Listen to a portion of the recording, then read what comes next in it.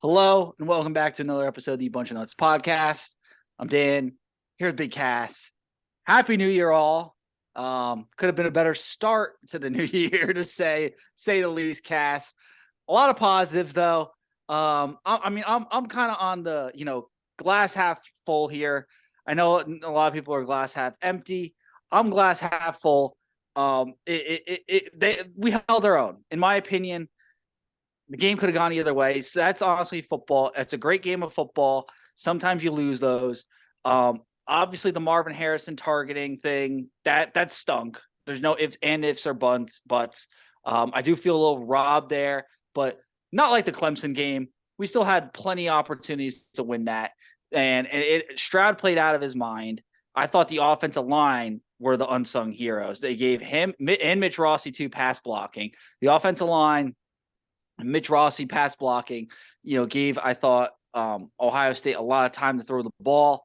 Let Marv, Buka, who had a great game, Fleming, all them cook. Line did outstanding, held Jalen Carter in check. But at the end of the day, Cass, you got to play defense, and that honestly might have been the worst defensive performance since the Oregon game last year, in my opinion. We had Tommy Eichenberg covering one of the receivers at one point. It was literally flashbacks to the Devonta Smith touchdown. I I tend to agree that it was one of the worst defensive performances. I mean, 2018 Maryland goes down as the worst defensive performance I've ever seen. I think that again, it wasn't that we weren't physical enough on defense. It was scheme. Like it looked like Kerry Combs was running this defense. Um, I I mean, you had you had safeties. I would let me tell you, the corners, Cam Brown and Denzel Burke, thumbs up. Not one pass went to an outside receiver. Everything came from the slot. And that's where what honestly was the strength of our defense this year was our safeties. It, Ransom had a terrible game. oh yeah, this he fell. I mean, he completely fell. Slot receiver decided he's going to run a number 9 route, and Ransom was just reading the backfield, slipped on his ass, and the rest is history. I mean, I thought he played well in the run game. I mean, I, even in the couple big runs, I thought the second half we only allowed 13 yards rushing. That was awesome. Granted, Georgia was playing from behind a lot in the second half, but I think we made They our broke a adjustments. couple big runs, and one of them should have went for a touchdown. Don't get me wrong, but I feel like other than a few of the big runs, I felt like it was kind of like the Michigan game where we were holding them in check, and then they popped a couple. But the secondary was so bad. It was so bad. I'm sick of this, man. I'm just sick of Again, watching. again, it was just a handful of plays that beat us. And it's once again, it's so frustrating because it's just like if one of these things doesn't go their way, I like the Brock Bowers first down. I mean, he was obviously in. It was a first down, but it's just ESPN. Like, can you do me a favor and not cut away? Like when they're reviewing a big play, don't cut the commercial break and then come back and then right to the next play without having the official like come onto the field to announce what happened. Because they did that a couple times during the game where there's a big ruling and they just avoided showing it completely on TV and they just cut back from the commercial and it's first and goal Georgia and it's like. What are they doing? It was crazy. That's just me nitpicking. My other nitpick is obviously Ryan Day. I thought called a great game offensively. I want to say though, after the fake punt on the 4th and 1, he should have went for it. In my opinion, he should have gone for it because you're willing to run a fake punt with Mitch Rossi at fullback. You can give it to Stroud on 4th and 1 and let him cook and win that game. Because in my opinion, Stroud did not lose that game. The clock ran out on him. That's what my thoughts were on it because he played out of his mind all day. I also look to at that targeting place stand or stood. We get the ball on the 2 yard line and we're scoring instead of going just up 14. We're going up 18. Yeah, yeah, and then their guys out of the game, and I mean that unfortunately that was probably that was the biggest play of the game, and it stinks. I'm not going to dwell on the targeting because No, I'm obviously not. I mean, we did that with the Sean Wade thing. I'm not going back down that road. I get it. It is what it is. I'm not dwelling on it either. Can we, like Joel Klatt said in his podcast, can we have a consistent call, please? Like, can we have somebody just act? Can we have a referee, just one referee, sit his ass in the stadium, and that's all he does is check for targeting? A lot of people too, they just don't understand the rule, which is frustrating online. They're like, Right? it wasn't a hit to the helmet, as you can literally see his helmet is in like Marvin Harrison's helmet's ear hole. It's like it was clearly a hit to the head. It's like honestly, it was like catching a punt.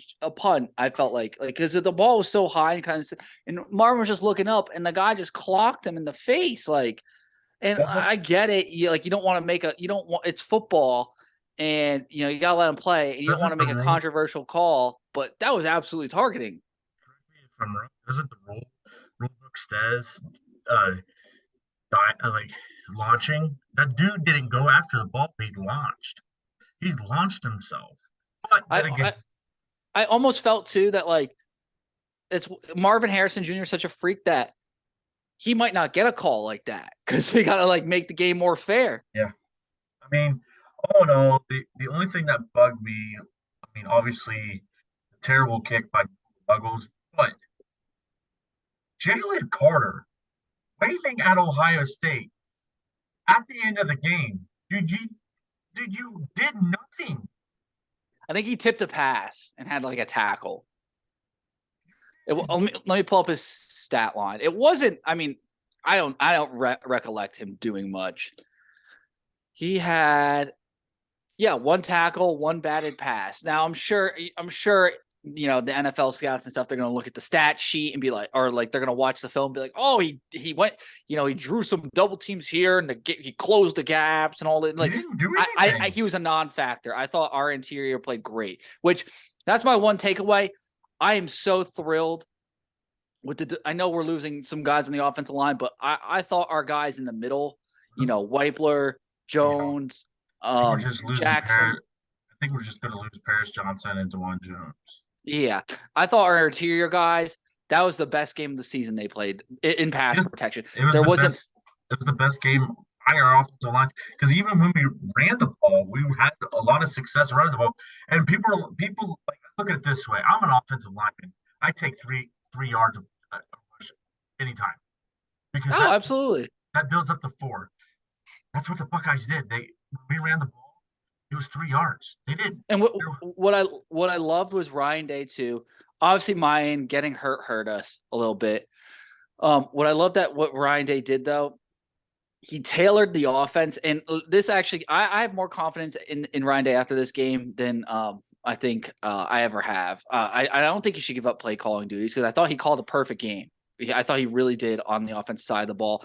I don't know why we would not want him calling plays Think anymore. that he wants to be more in depth with the defense because 2 years in a row. Yeah, I mean, look, the defense, I get it. Like he wants to help out there, but I don't think that he's gonna do anything that would really make the team better. I think he just has to let the defense figure itself out. I thought he really tailored the offense so nicely because he like when mine was out, he had Mitch Rossi kind of at running back, but they just used him as a pass blocker, which was genius against that Georgia pass rush. I love that move.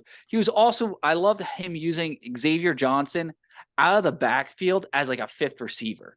There was a couple times where Xavier Johnson got out of the running back position, had some really great matchups, and obviously took advantage of it. And then Xavier Johnson's touchdown before half was one of the most incredible touchdowns in recent memory. Just how great of a catch it was over the shoulder, and then the awareness to spin as that safety is coming to hit him was one of the nicest plays I've seen in a while. Yeah. I don't think I'm over exaggerating. No, I also think that somebody was over exaggerating Kalen Ringo's stats. There's no way that he had that good of a game. He got cooked. Well, no, because someone said, "Oh, this is his stats against Marvin Harrison." Well, it's like, well, Marvin Harrison only played like 2.5 quarters. One, two, he only played like 5 snaps against Marvin Harrison because he was getting cooked by Emeka Ibuka and Julian Fleming the other plays. Like,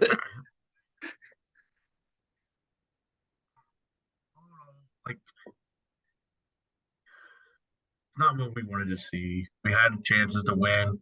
It didn't happen. We held the by far number one team in the country. We lost by one. I mean, I feel a lot better about the season because I know, it wasn't meant to be, but we were absolutely, without of a doubt, a top 4 team. The and committee got it right. Yeah. The games were incredible. Yeah. I mean, all the even the Tulane game was incredible, but all the games were incredible. And at the end of the day, Michigan isn't going to move it on either. So they got robbed a touchdown. I'm sorry. But it is what it is. Football season's now over.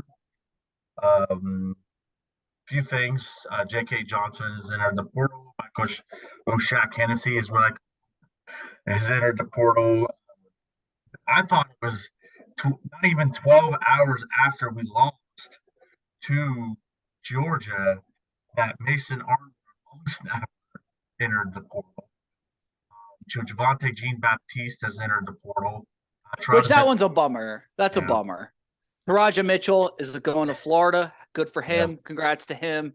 I mean, I'm upset to see. I'm more upset to see Taraja and Javante Jean-Baptiste go because those are like old time guys. All time fan favorites in my opinion. Great guys, like great character guys. Those are the guys I'm sad to see go. I'm happy they got the Syracuse safety. He's a stud. Yeah, and Miyan Williams coming back. That means that running back, which is huge. And that's going to help. Which, I mean, we know C.J. Stroud's going. We all do know that, but he did put the finger cross emoji on Miyan Williams' Instagram post about when he said, "Got some unfinished business." C.J. Stroud. He's going to be the first quarterback off the board. unless the NIL, the foundation saved up a lot of money. Which my boss told me today that the foundation has raised $4.5 million since in the last 2 weeks. Which I mean, do you think if they were to give $4 million, all the Stroud for this year, one more year, it's all yours, cold hard cash, would he take it? If you're CJ Stroud, because you're still going to be a first round QB. Think about it. You'd be the number one quarterback taken off the board in 2024. You'd have another chance to redeem yourself against Michigan, and you'd be a surefire pick to get to the college football playoff, and probably take over Caleb Williams of winning the Heisman. Because, by the way, folks, Caleb Williams is a sore loser. He didn't even speak to the media after getting beat by Tulane. I respect it because Caleb Williams at this point, he is the villain. He is a villain. He is who he is. He is a villain. He is not humble. He is cocky. He's kind of everything you want to hate in like a quarterback. Again, if you're like cheering against him, and I respect it because like he has some cojones, that guy. So yeah. I don't know. I got no problem with it. I mean, look, it would be nice if Stroud has nothing more to prove. He really doesn't after that game. It'd be unreal though if he came back. Like I would. I mean, if he came back for one more year just to prove the haters wrong, that in itself would, I think, be the ultimate test to show he's gone to the next level. If that make mentally, because he just wants to. If you would rather pass up the money to then just come back and prove a point, I feel like that is something that might, favor upon him lightly. Yeah, but he's gone. He's gone. The biggest He question is. He is. this biggest question is going to be this off season: Kyle, Devin, or Lincoln. Basically, can't wait for the spring game. Yeah, I can't wait to. It's. I wish it was warm. It might be. And it's warm now, so But yeah. Moving on, the Michigan game, that the TCU game, that was an all-time game. it was a I mean, fun game. It was a fun game to watch. It really was. that was crazy. And honestly, I was so nervous watching that because that game was so insane to start. I'm like, oh, our game's going to be the boring one, and it actually wasn't. It was the better one, believe it or not. But I mean, how are we feeling about the national championship after watching that? Max Duggan's a dog. I just hope his running back's healthy. If he gets him healthy, and I like number one. If I'm the Chicago Bears, if I draft the TCU wide receiver, your first pick, and the way it sounds, move back into first round and get Jackson Smith and Jigwin for your second pick. Somehow get Justin Fields some help. I mean, I've been saying, I said early on in the season, I love Quentin Johnston. yeah. And that touchdown he had was that was was an unreal. He His, reminds me of Larry Fitzgerald. I mean, the national championship could go one of two ways.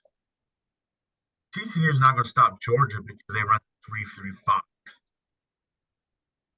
But the thing is, the way Ohio State moved, TCU is going to be able to because they're faster than Ohio State.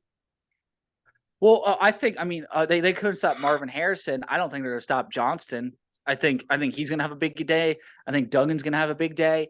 It's going to be. I mean, I think that's going to be a shootout. If Georgia does cover, it's going to be because TCU makes a mistake, like Duggan throws a pick or someone fumbles, and then Georgia scores a touchdown late, and then TCU obviously gets the ball back. Let's say like 50 seconds left. I see the game being back and forth with Georgia scoring a game sealing touchdown late. I think that's how that's going to play out. I think TCU could be the team of destiny, but I think Georgia's going to win. I think there's just too talented. And I mean, it is what it is. I think it's going to be a good game. I'm going to watch it. I have the next day off because I was planning on the Buckeyes being there, but that's okay. Question: Does Michigan win that game if Joe Milton starts? No. No. I think JJ McCarthy had a good game. I mean, I know he had a couple pick sixes, but he threw 2 pick sixes. Joe Milton doesn't. I don't think Joe Milton has the dog in him that JJ McCarthy has. Joe Milton is an Orange Bowl champion. He threw 10 against a terrible Clemson team. That's probably the worst New Year's Six bowl. That was probably outside of Alabama completely toasting Kansas State in the second half. Probably the worst. The game was hard to watch. Clemson's kicker couldn't make a field goal. Their quarterback sucks. Their whole team sucks. I think Florida State's going to win the ACC next year. I mean, you could say Florida State. You can probably put some money on North Carolina with Drake May back. You could probably even make an argument for Miami if I like Crystal Ball. I mean, yeah. Now we're getting ahead of ourselves. All right, probably Florida State. Yeah, just Florida State. Yeah, the AC is another crappy conference. So, but it is what it is. I mean, I think the worst bowl game out there was the Purdue LSU. I mean, that was stupid. That was so stupid, that game. When I turned it on to Cass, I was like, oh, like let's see what the score is. I'm sure it's a decent game. It was like 56-7. I was like, what the heck happened here? And Purdue, I was getting carted off. I was like, this is terrible. The best story though of the new year is the rumor that's going around about the wide receiver coach, Keyshawn Buiate, whatever his name is, and the recruiting coordinator girl getting a train ran on her. What is going on down LSU? This girl's getting a train ran on apparently by Keyshawn Buyote and his wide receiver coach and another guy. So you know too that Brian Kelly was just livid. I'm sure he busted another in his eye. I gotta say, one of the more underrated games. It wasn't really for anything, but it was the We Beat Clemson Bowl. It was Notre Dame, South Carolina. That was a good back and forth game. I think both teams are gonna have some momentum going into next season. Notre Dame obviously just got Sam Hartman. Look out for them. I think now, you don't give me the no, because look, you know how much I hate them. You know how much I absolutely roasted them. I think they actually might be a problem next year with Hartman. Somewhat. We'll see. They probably will lose the first 2 games of the season, like always. Play Ohio State week 3. Speaking of which, let's before real quick, Ohio State's 2023 schedule before we talk a little bit of basketball here and see what we get ready for. I believe it's Indiana first week. Yeah, Indiana. All right, here we go. We got Indiana week 1, Youngstown State, Western Kentucky, Notre Dame, Maryland, Purdue.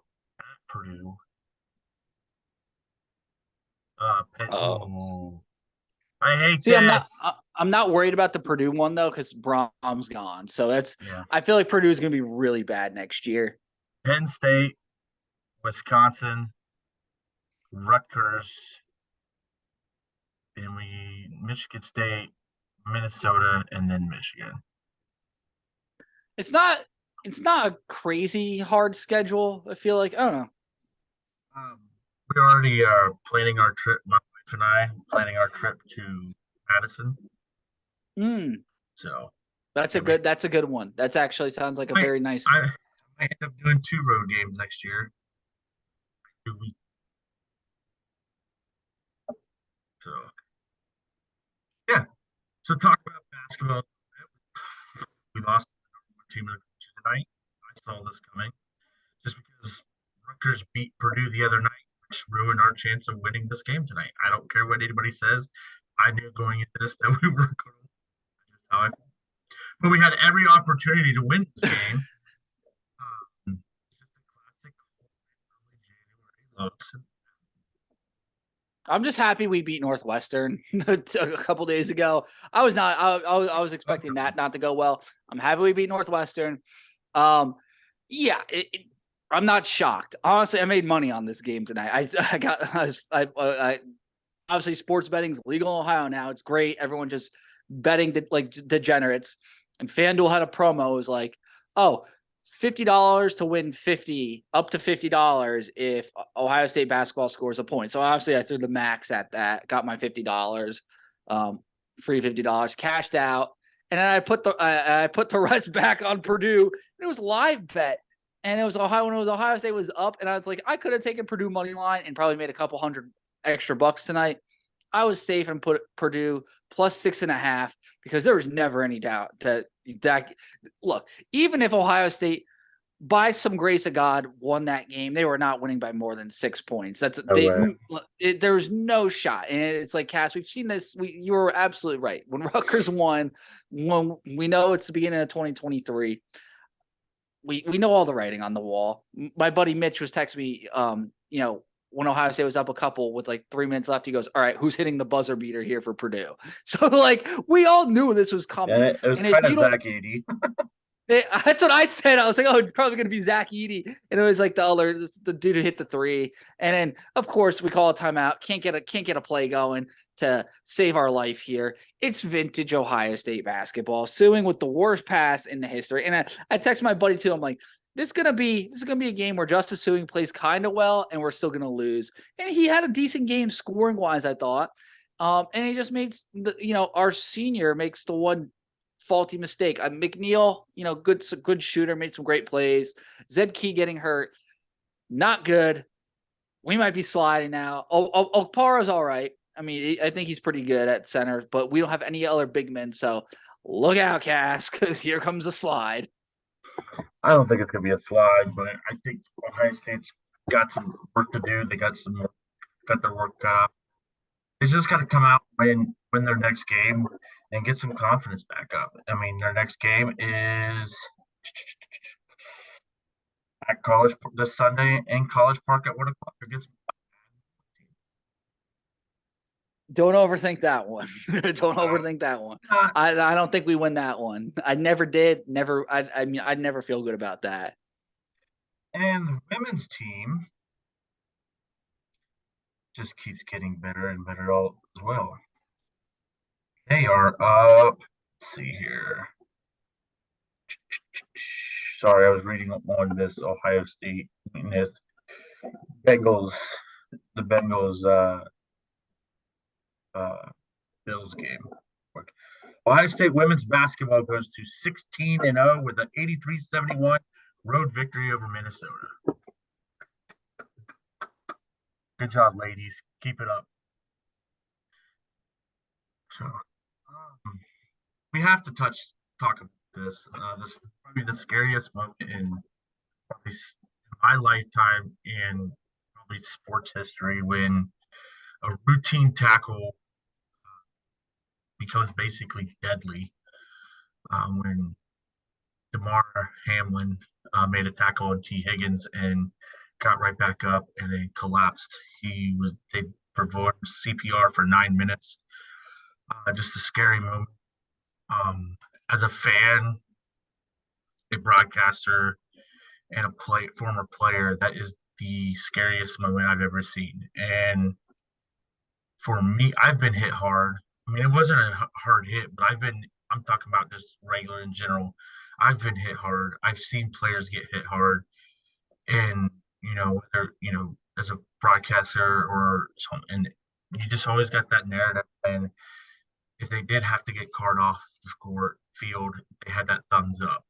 Or if they, did get hit hard, they got right back up.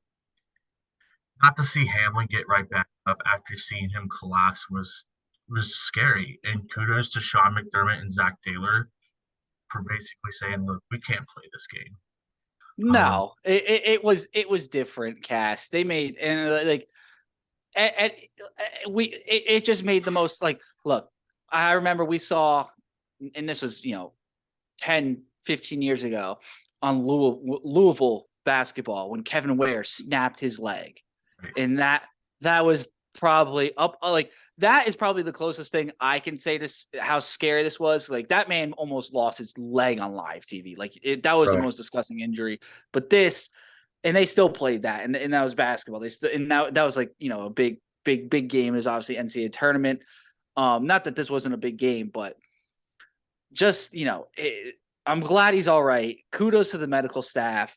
Incredible job by them. I mean, he's if this happens, I hate to say it, probably at the collegiate level, he's probably not here with us today. I don't. I mean, I just with the NFL medical staff, like those trained doctors, those professionals, they did such an incredible job. I love that he's doing better. They've been weaning him off the oxygen. I believe he's conscious now. Is what the reports are. He asked who won the game, and they said which is and they said you won the game. Yeah, that's incredible. That's an awesome moment. I mean, that just speaks to the kind of guy he is too, because he wakes up and his first concern is like still in like, oh, who won the game? Like, did we do what good? Did we win? Kind of reminds me of that Drake and Josh episode or whatever. When Drake, not really, but when what was it? Josh like gets knocked out and then he wakes up after scoring a touchdown. And I look at it this way: the game official and said that they're not resuming the game. The Bengals were absolutely cooking the Bills. I mean, the Bills went right down and got a field goal. When the Bengals offense was moving, it was cooking. But they ruled it a no contest. I think they are meeting tomorrow to figure out some sort of seeding or whatever to see how it's going to play out. I think they should wait and see how this weekend's games go. Because I look at it this way now, there's reassurance. The Bengals were already prepping. It's what the Bills are going to do. Like they've been practicing and prepping for the Patriots. The Patriots are trying to play for that final playoff seed, and do like does I mean I think to me now that they have this reassurance that Hamlin is okay, I think you're going to see the Bills and Bengals go out and just play for Damar Hamlin. Yeah. I mean, what I liked about it too, just both teams were supporting each other, which was a nice moment to see. It wasn't oh, we're trying to get a higher seed or anything, or you're on the other team, so we gotta hate you. It was more just, hey, we're all in this together. Like it's just a game we love. I hope everyone's all right. Type moment, which is it was kind of nice to see two teams just kind of come together a little bit. I'm just happy he's all right though. It was absolutely scary. Hopefully nothing ever like that happens at Ohio State or on the college field. Just a truly scary moment. Absolutely. And I'm glad he's okay. Hopefully we get this weekend. I'm going to bet some week 18 games for my first betting. Ohio sports betting.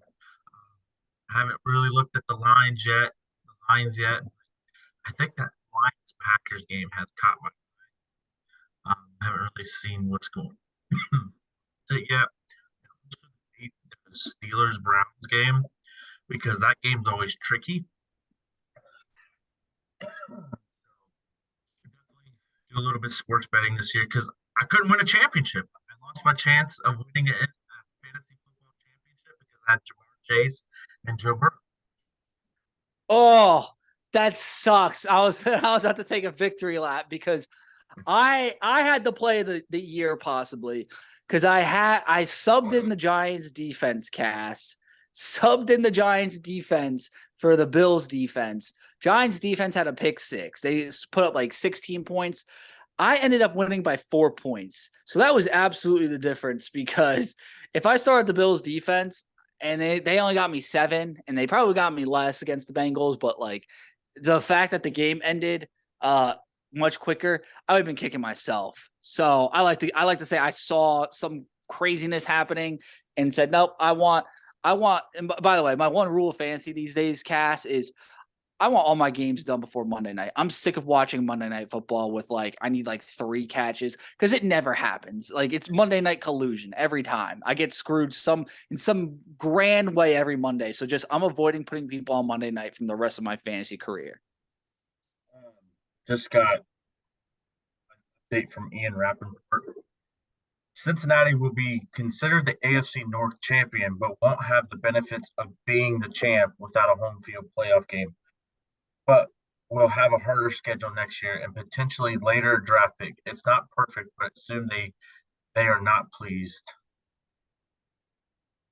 That was a question. The Bengals will be recognized as champions regardless of the outcome of Sunday's game per league sports. A coin flip could end up deciding home field in the playoffs. But what if they beat the Ravens? Wouldn't they still get home field? Yeah, I think, yeah, I don't, that's weird. So we're the AFC North champions. Just go out. But you might not. But you're AFC North champions. But you might not have the home field. But you're gonna have a lower draft pick, or a higher draft pick, I guess. That makes no sense. Just go beat the Ravens, and then you'll be the AFC North champions outright if you beat the Ravens. This is just going to be a terrible situation now. Just, oh my god, and I feel bad because if they would have just made this game a tie, it'd have been washed. Because now we have to go by win percentage, and it's 2 teams into one last game, and it's just literally tie or Madden simulation. What if both owners just came out and said, "How about we just make it a tie?" And if I'm Roger Goodell, both owners say that, just make it a damn tie. I agree. Should either be a tie, or just have Josh Allen and Joe Burrow duke it out with Madden. I agree. Tie, Madden simulation, coin flip. Those are your three options on this one. I think the coin flip and you just film it like the Friday Night Lights scene, like I was telling you before the show, would have been the best way. Just like have a meetup at a Skyline Chili's or something. Like you got Zach Taylor, um, what's Doug McDermott, and Sean then McDermott, Sean McDermott, and then we could have Andy Reid there too because Josh the Chiefs Allen. are fighting for the Andy Reid just sitting there. Just meet at some. Okay, all right. There's Buffalo, Cincinnati, Kansas City. How about they all meet in Nashville at Tootsie's? Just have a Oh, just have a coin flip. Oh no! Go on Blake Shelton's new show, Barmageddon, and have the three duke it out in some bar games. Have you seen that show? It's pretty funny, actually. I haven't. I gotta check it out. It's just these celebrities playing bar games at Blake Shelton's bar. So just go to Nashville, play some Barmageddon, and whoever wins gets home field advantage and the number one seed. I like it. That's all I've got. That's all I've got to. But thank you so much for listening to another episode of the Bunch of Nuts podcast. I believe next week might be the awards. I'm not sure. Maybe the week after that. But Yeah, as always, go Bucks. go Bucks.